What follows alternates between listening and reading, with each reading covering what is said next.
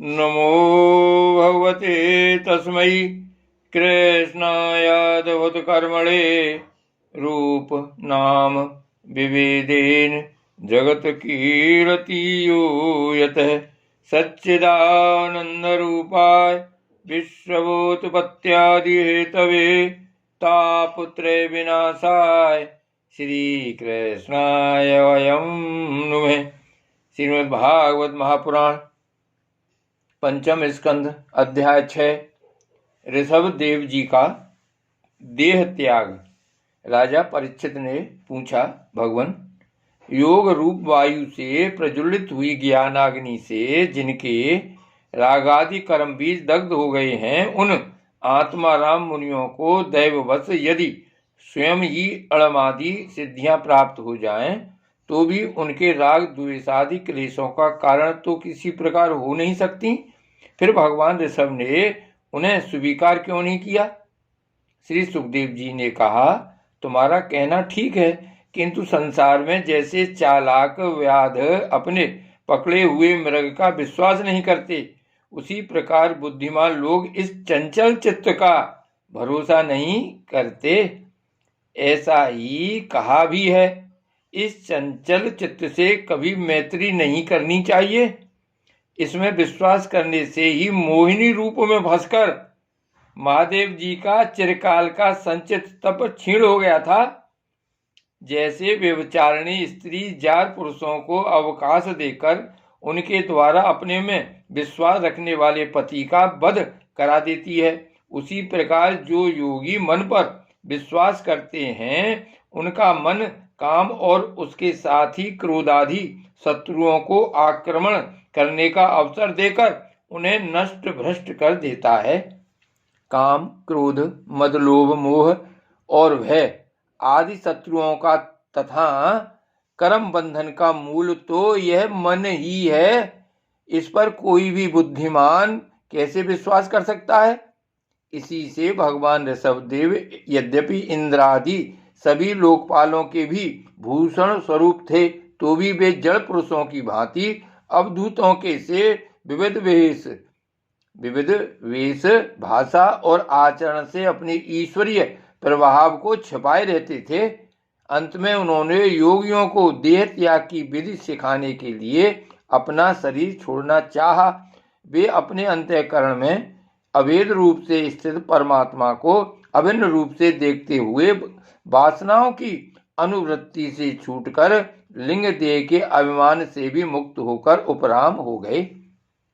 इस प्रकार लिंग देह के अभिमान से मुक्त भगवान ऋषभदेव जी का शरीर योग माया की वासना से केवल अभिमानाभास के आश्रय ही इस पृथ्वी तल पर विचरता रहा। वह दैववश कोंक, वेंक और दक्षिण आदि कोटक कर्नाटक के देशों में गया और मुंह में पत्थर का टुकड़ा डाले तथा बाल बिखेरे उन्मत्त के समान दिगंबर रूप से कुटकाचल के वन में घूमने लगा। इसी समय झंझावत से झकझोरे हुए बांसों के घर्षण से प्रबल दावाग्नि धधक उठी और उसने सारे वन को अपनी लाल लाल लपटों में लेकर ऋषभदेव जी के सहित भस्म कर दिया। राजन, जिस समय कलयुग में अधर्म की वृद्धि होगी, उस समय कोंकण, वेंकण और कुटक देश का मंदमती राजा अरहत वहां के लोगों से ऋषभदेव जी के आश्रमातीत आचरण का वृतांत सुनकर तथा स्वयं उसे ग्रहण कर लोगों के पूर्व संचित पाप फल रूप होनहार के वशीभूत हो भय रहित स्वधर्म पथ का परित्याग करके अपनी बुद्धि से अनुचित और पाखंड पूर्ण कुमार्ग का प्रचार करेगा।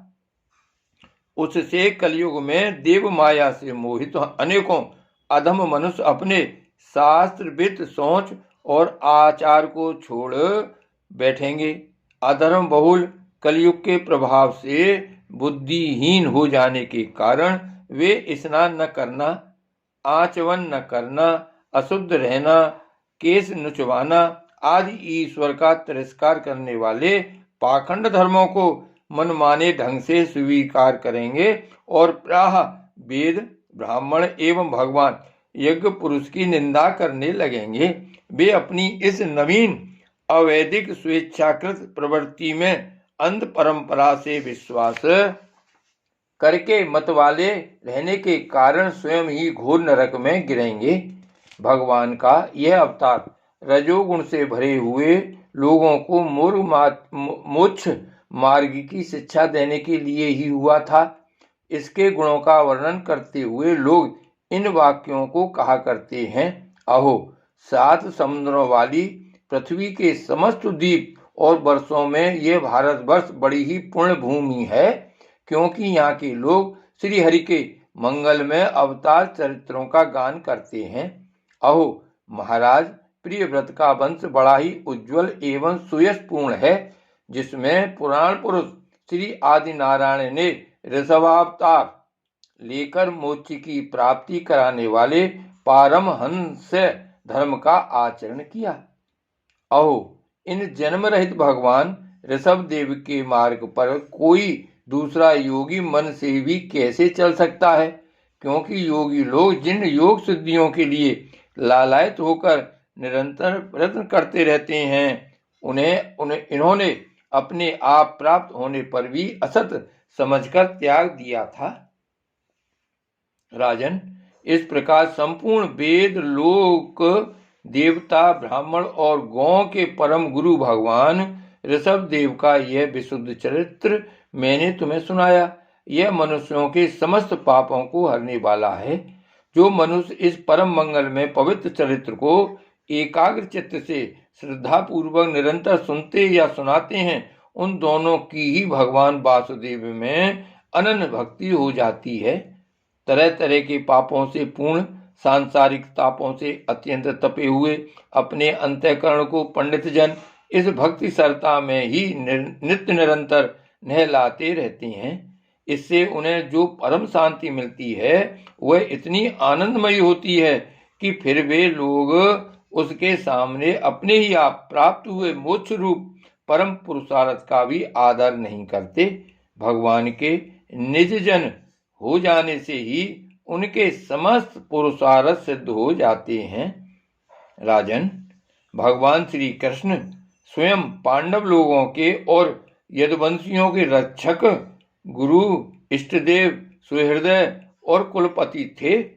यहाँ तक कि वे कभी कभी आज्ञाकारी सेवक भी बन जाते थे। इसी प्रकार भगवान दूसरे भक्तों के भी अनेकों कार्य कर सकते हैं और उन्हें मुक्ति भी दे देते हैं, परंतु मुक्ति से भी बढ़कर जो भक्ति योग है उसे सहज में नहीं देते। निरंतर विषय भोगों की अभिलाषा करने के कारण अपने वास्तविक श्रेय से चिरकाल तक बेसुध हुए लोगों को जिन्होंने करुणावश निर्भय आत्मलोक का उपदेश दिया और जो स्वयं निरंतर अनुभव होने वाले आत्म स्वरूप की प्राप्ति से सब प्रकार की तृष्णाओं से मुक्त थे, उन भगवान ऋषभ देव को नमस्कार है। श्री भागवत भगवान की जय। श्री गोवर्धन नाथ की जय। श्री वल्लभाधीश की जय। परम दयाल गोसाई जी की जय। श्याम स्वरूप श्री अमने महारानी की जय। श्री गोकुलनाथ की जय। जय जय श्री गोकुलेश, जय जय श्री गोकुलेश।